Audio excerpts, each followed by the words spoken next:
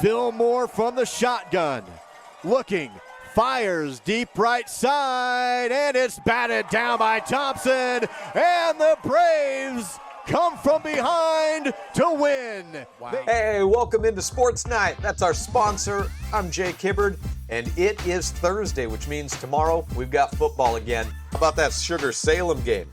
Sugar Week, still living up, right? Ooh, baby. Got by the wing tee. Wasn't easy, though. And now Soda Springs is coming up. Yeah, Soda Springs. West Side, they're out of here. We'll get into that just a little bit later, and you will want to stick around for the story of Soda Springs that we have for you. But before I get into that, I just have to go back at that last game and go over some of the highlights. No, I feel I feel my inner boomer calling, like I gotta go get a fastest 3 minutes. No, I can't do that. Not yet, at least. I know you might want my fastest 3 minutes, guys, but we've been building something this year, and just showing highlights, that's not gonna do. What I'm getting at is we've spent our precious time examining the fine art of the nose tackle in a 3-4 defense. We've talked blocking assignments of the Delaware wing tee. And last week we also talked about Sugar-Salem's defense, particularly how their coverage is primarily man, and what Star Valley might do to try to exploit that. And guess what? Some of those things we talked about on Thursday happened on Friday. And this week, I just want to briefly focus on the wide receivers for Star Valley, but not the wide receivers getting the catch, at least not necessarily. Let's take a look. 3 receivers to his right, 2 to his left. Hovey calls for it. Steps up, flushed out of the pocket, steps back again, lobs it to the sideline, caught by Erickson. Roman went up and snagged it out of the air on the sideline. Somehow came down with it, and he'll be close to a first down. It is a Star Valley Orthodontics first down on the lob, like it was a basketball shot down to Hovey. I'll be honest, when I first saw Phoenix throw that, I thought he was throwing it away. Like I teased, the receiver I'm focusing on here isn't the guy who makes the catch, and is also the answer as to how Roman got so open. The key to this play is the double move made by the wide receiver in the center here. Remember wide receiver double moves from last week? Well, here's an example. From the All-22 view here, we see Star Valley in their empty trips right set. As Hovey takes the snap, he steps into the first part of what will be his double move. Sugar-Salem's in man defense, and Kimball Tonks, the safety, is assigned to Hilton. When the snap goes to Hovey and the screen pass is faked, Tonks fakes the move inside, but he's not the only one. Anticipating the screen pass, Roman Erickson's man leaves Erickson to go make a play on the ball. Except the ball was never going that way, and here's the back end of the double move as Hilton starts to race upfield, and Erickson is left wide open to make a great catch. That play came on 2nd and 9, kept the drive going, and eventually was capped off by a goal line touchdown. And it all doesn't happen without the double moves made by the unsung hero here of Ross Hilton. And before we move on to Soda, I'd like to show you one more double move, this time by the eventual receiver on this touchdown of Roman Erickson, that again makes this score possible. Here we see Star Valley in a 10 personnel, trips right, and Erickson's lined up here in between the 2 receivers on the right. He's the one to watch. As the snap comes into Hovey, Cooper Lancaster motions into the backfield and immediately takes a screen pass. And once again, if we watch Roman Erickson, the double move this time is faking a block and then slipping past the defender who thinks they're shedding the block to leave Erickson wide open for the wide receiver pass touchdown. And that's what we're talking about when we're talking double moves and the little things that you do to win a game. And I could share a lot more on this, but let's get on to tomorrow night. Well, last week I told you we were playing West Side, and then we weren't. I don't know, but maybe Coach Young just couldn't handle another week of Napoleon Dynamite jokes. Like anyone can even know that.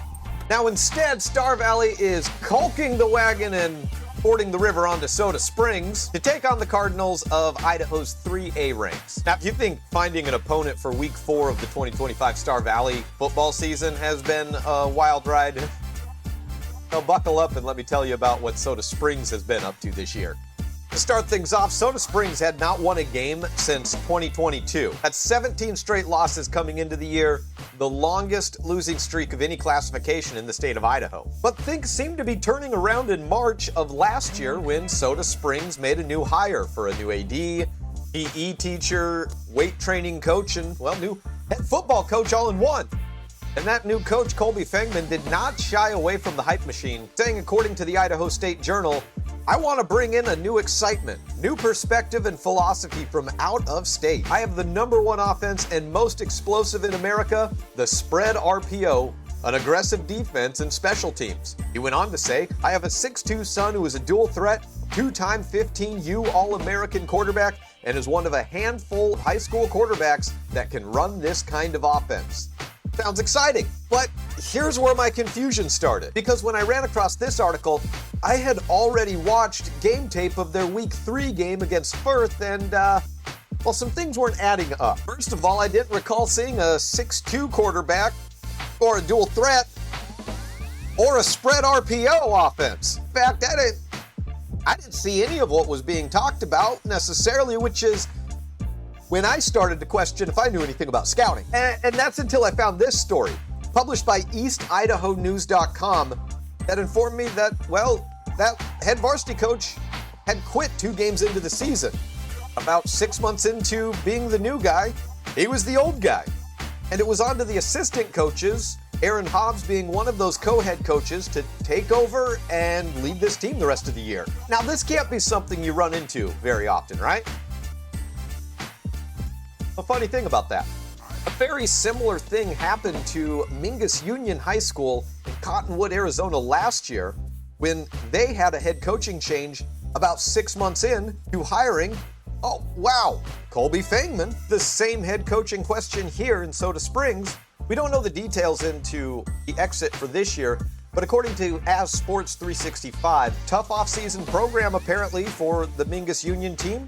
That led to Fengman's sudden resignation, similar to what we saw just 2 weeks ago for this Soda Springs team. So that I have it all straight, Soda Springs had not scored a touchdown on the season in a couple of blowout losses. They had the state's longest losing streak at 19 games, and then their head coach abruptly leaves, and their assistant coaches band together to finish out the year. Recipe for disaster, am I right? As usual, no, I'm wrong. Losing streak over. Soda Springs last Friday defeated Firth 13-8. There you go. There you see them celebrating. As new co-coach Aaron Hobbs put it, he hoped that the Firth faithful didn't take too much offense to their celebration, and considering what we know now, I don't think anyone should. Honestly, a pretty incredible story. Well, now that you know that side of the story, we should dive into what little we do know about this new look Soda Springs team. And I do mean what little we know, because I think the coaches and players, after changing quarterbacks after 2 games as well, mind you, they're figuring it out. And, well, what we saw last week, what we'll see in 3 weeks, don't know that it'll be the same, but let's dive into the tape. New quarterback is Micaiah Browning, who I have to say is a pretty inspiring player to watch. He's unafraid to sling the ball into a small window, as you'll see. He's also unafraid to get absolutely pummeled while hanging in there for a throw. He did return after this hit. See Browning throwing on the run a lot, almost by default from the admittedly small sample size I have to go on. I think it's partially to give him some extra time as the defensive rush comes at him, and I think some of it also might be sort of a comfort zone for him. Some quarterbacks can see better once they get outside of the tackle box. Think Russell Wilson on the move back in his Seattle days. Cole Garbett is their running back, and he's as straight line of a runner as they come. One cut, maybe no cuts, and pummel. He doesn't just invite the contact, he creates it.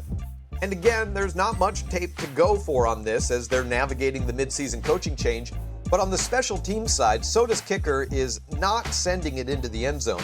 So there will be a chance for Cooper Lancaster to unleash the speed if his blocks are set up.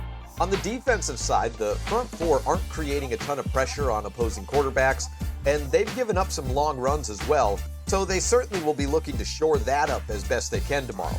You see Zane Garbett on this touchdown catch. He's their top receiver, and from what I've seen, Soda is either going to come out in 10 personnel or occasionally 20 personnel if they want some extra pass protection. And that's what I've got for soda. I must say, it's not my usual journey that my scout takes me on, but one way or another, I've got to hand it to soda. Not only continuing their season after a coaching and scheme change and, new quarterback, but they went out and got a win in their first try and the state's longest losing streak. Kudos to them. Hey, let's take a look at what else is coming up in Star Valley sports this week. State golf is tomorrow and Saturday at Cheyenne as Star Valley's boys and girls will be out swinging it one more time in the fall. As of airtime, 4 o'clock is the time I've got for that varsity girls game, but check your local listing for the most update. Oh wait, I'm the local listing? Well, ask Duke. Cross country is at Tillamook in Oregon tomorrow. Volleyball continues their western run against Riverton, this time at Star Valley High School, 1 o'clock varsity time for the girls. And that's it for me. I'll see you guys tomorrow on the highlights.